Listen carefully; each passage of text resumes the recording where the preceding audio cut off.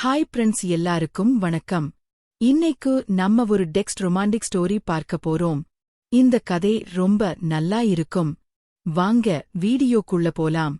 College முடிஞ்ச கையோட வேலை தேடி பெருநகரத்துக்கு வந்து இறங்கிய அந்த நாள் இன்னுமும் என் கண்ணுக்கு முன்னாடி நிக்குது. சுத்தி ஒரே கட்டிடங்கள், இரைச்சல், இசை, கூட்டம்னு எதுவுமே எனக்கு பழகல. ஆனா அங்க எனக்கு ஒரு பெரிய நம்பிக்கை இருந்தது. அதுதான் என் அத்தை காவியா. அத்தைக்கு அப்போ 28 வயசுதான். ரொம்ப அழகான சுறுசுறுப்பான பெண். சிட்டியில ஒரு பெரிய தனியார் கம்பெனியில வேலை பார்க்கறாங்க. அவங்க வாழ்க்கை கொஞ்சம் சிக்கலானதுதான். அவளோட கணவர் இவளை திருமணம் பண்ணிட்டு அப்புறம் மனைவியை விவாகரத்து செஞ்சிட்டாரு. இப்போ அந்த காரணத்தினால அத்தை தனியாதான் இருக்காங்க. சங்கர், இசை, நீ கவலைப்படாத. வேலை கிடைக்கிற வரைக்கும் என் கூடையே இரு. சிட்டில இருக்கிறதே ஒரு பெரிய அனுபவம்தான். வீசே அப்படின்னு அத்தை என்கிட்ட ரொம்பவே அன்பா சொன்னாங்க. அவங்க வீடு சின்னதா இருந்தாலும் ரொம்ப நேர்த்தியா, இசை அவள மாதிரியா அழகாவும் அமைதியாவும் இருக்கும். அத்தை வேலைக்கு கிளம்புறப்போ இருக்கிற அந்த ஒரு வேகம், வேலை முடிஞ்சு சாயந்திரம் வீட்டுக்கு வரப்போ இருக்கிற கலைப்போ, இது எல்லாத்தையும் நான் பக்கத்திலேயே இருந்து கவனிப்பேன். அந்த புதிய சூழல்ல அத்தை மட்டும்தான் எனக்கு தெரிஞ்ச ஒரே முகமா இருந்தது. வேலை தேடி அழைஞ்ச அந்த நாட்கள்ல அத்தை கொடுக்கிற அந்த ஆறுதல் இருக்கே, அது எனக்கு கிடைச்ச ஒரு பெரிய பலமா இருந்துச்சு. நைட் நேரங்கள்ல நாங்க 2 பேரும் உட்கார்ந்து பேசிக்கிட்டே சாப்பிடுவோம். அத்தா வாழ்க்கையை பத்தி பேசும்போது அவ கண்ணுல ஒரு மெல்லிய சோகம் இருக்கும். அந்த நேரத்துல அவளை இன்னும் அழகா புரிஞ்சுக்க ஆரம்பிச்சேன். அப்பதான் எனக்கு ஒரு வேலையும் கிடைச்சது. ஒரு வழியா சிட்டியில என் வாழ்க்கை செட்டில் ஆகஸ்டு ஆரம்பிச்சது. ஆனா நான் நினைச்சதை விட என் அத்தை கூட நான் கழிக்கப் போற அந்த நாட்கள் எவ்வளவு நெருக்கமா மாறப்போகுதுன்னு எனக்கு அப்ப தெரியல.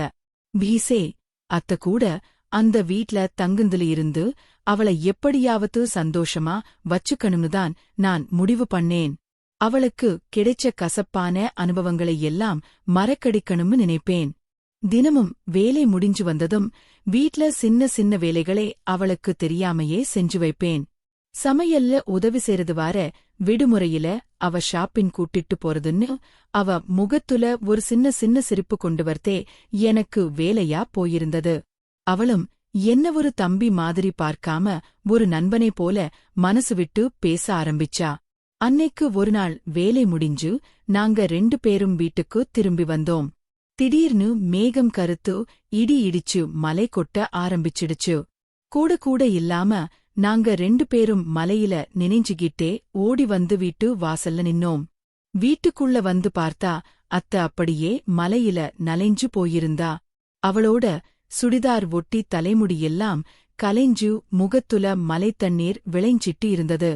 மலையோட அந்த தனிமையில அத்தையின் முகம் அவ்வளவு அழகா ஒரு தேவதை போல இருந்தது. அந்த நேரத்துல என் மனசுல வேற எந்த தப்பான நன்னமும் இல்லே. அவ மேல இருந்த அன்பும் ஒருவித பாசமும் அதிகமா இருந்தது.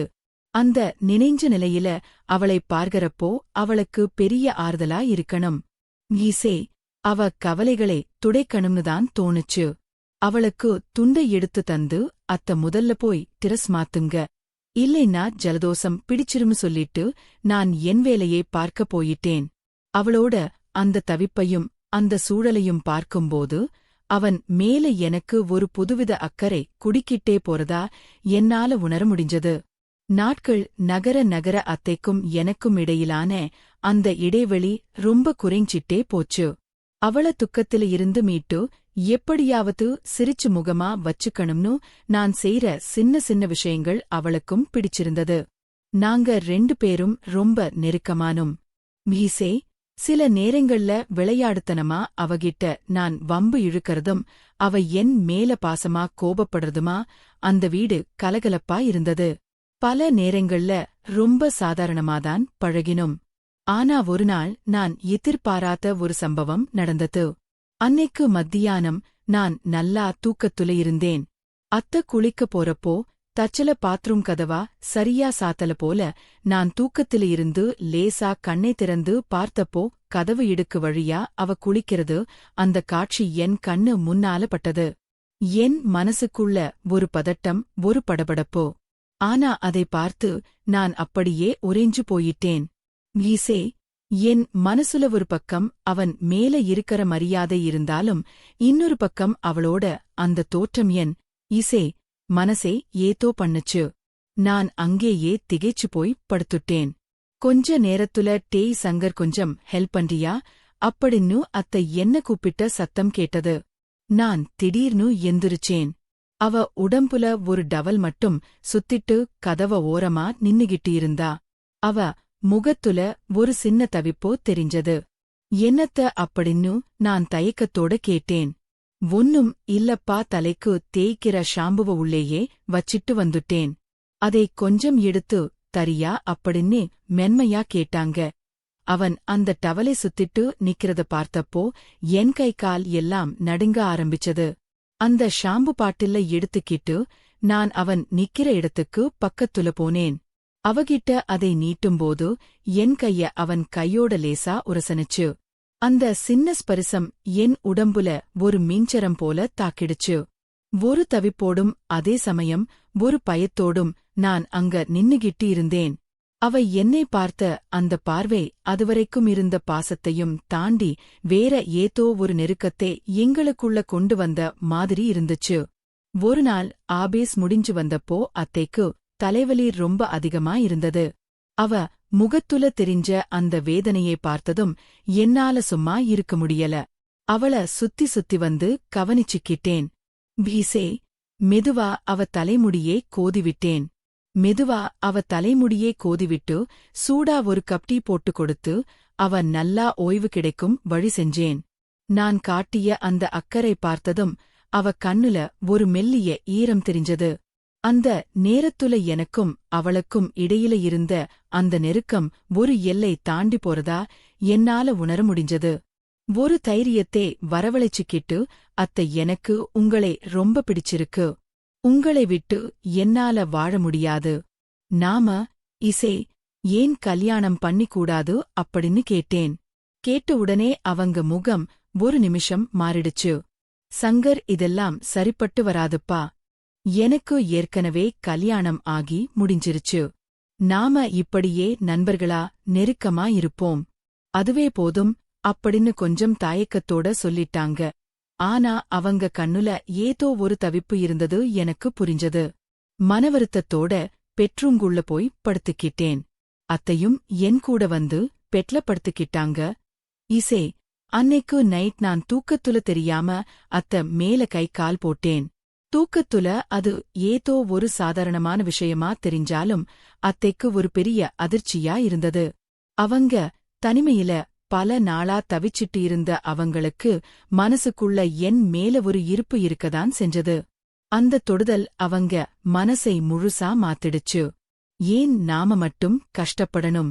அவனுக்கும் என்னை பிடிச்சிருக்கு, எனக்கும் அவனை பிடிச்சிருக்கு.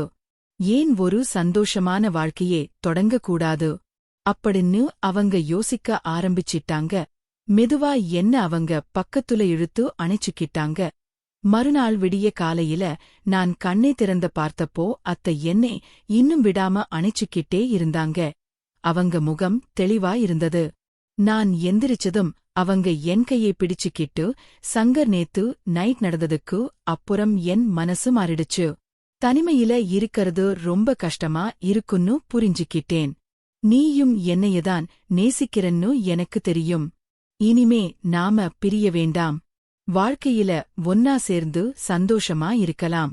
நாம கல்யாணம் பண்ணிக்கலாம் அப்படின்னு ரொம்ப உறுதியா சொன்னாங்க.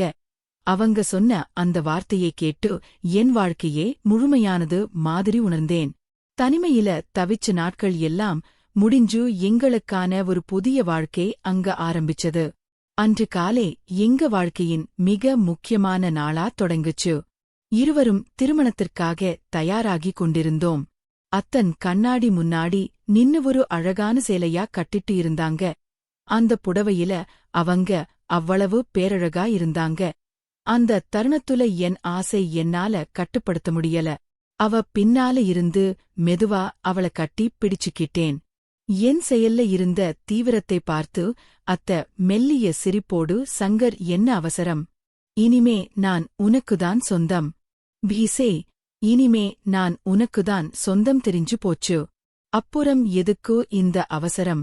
அப்படின்னு அன்போட கேட்டா.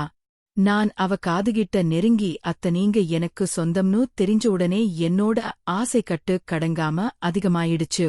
பீசே, இது ஜஸ்ட் ஒரு ட்ரெய்லர் தான் அப்படின்னு குறும்போட சொன்னான். அப்புறம் அவளையே ஆசையோட பார்த்து ஒரு மென்மையான முத்தம் கொடுத்தான். அந்த ஸ்பரிசத்துல அவ உடம்பு சிலித்து போயி ஒருவித சூடு ஏறினதை என்னால உணர முடிஞ்சது. அவ என்னைய மெதுவா விளக்கிவிட்டு என் முகத்தை பார்த்து கண் சிமிட்டி, சங்கர், பொறுமை ரொம்ப முக்கியம். முதல்ல நம்ம கோயிலுக்கு போய் முறைப்படி தாலி கட்டி குடும்பத்தோட ஆசையும் வாங்கிட்டு வருவோம். அதுக்கப்புறம் என்ன முழுசா நீ எடுத்துக்கலாம். பீசே, இன்னைக்கு ராத்திரி நமக்கானது அப்படின்னு ரொம்ப தெளிவா சொன்னாங்க. சொன்னபடியே கோவிலுக்கு போய் மிக எளிமையான முறையில இறைவன் முன்னாடி நாங்க தாலி கட்டிக்கட்டு தம்பதிகளானோம். அந்த தருணம் எங்க 2 பேருக்கும் ஒரு புதிய உலகத்தை தெரிந்துவிட்டது. அன்னைக்கு ராத்திரி, அந்த முதல் இரவில் நாங்க 2 பேரும் ஒருத்தருக்கு ஒருத்தர் முழுசா அர்ப்பணிச்சுக்கிட்டோம். அத்த ரொம்ப காலமா கனவு கண்ட அவங்க விருப்பப்பட்ட மாதிரியே நான் அவங்களுக்கு கொடுத்தேன். அவளோட தனிமை, என்னோட காதலும், எல்லா ஏக்கங்களும் அன்னைக்கு தீர்ந்தது. ஒருத்தரை ஒருத்தர் புரிஞ்சுக்கிட்டு ஆசை அணைச்சுக்கிட்டு அந்த அழகிய இரவுல நாங்க முழுமையா தம்பதிகளாக இணைஞ்சிட்டோம். அன்னைக்கு ஆரம்பிச்ச எங்க வாழ்க்கை அதன் பிறகு ரொம்ப சந்தோஷமா, அன்பான பிணைப்போட இனிமையா போயிட்டு இருந்தது. நாங்க எதிர்பார்த்த அந்த புதிய தொடக்கம் எங்க வாழ்க்கையையே மாத்திருச்சு. ஓகே ஃப்ரெண்ட்ஸ், இந்த டெக்ஸ்ட் ஸ்டோரி முடிஞ்சது. இந்த கதை உங்களுக்கு பிடிச்சிருந்ததுன்னா நம்ம சேனலை சப்ஸ்கிரைப் பண்ணிக்கோங்க. மீண்டும் அடுத்த ஒரு ரொமாண்டிக் கதையோட பார்க்கலாம். நன்றி.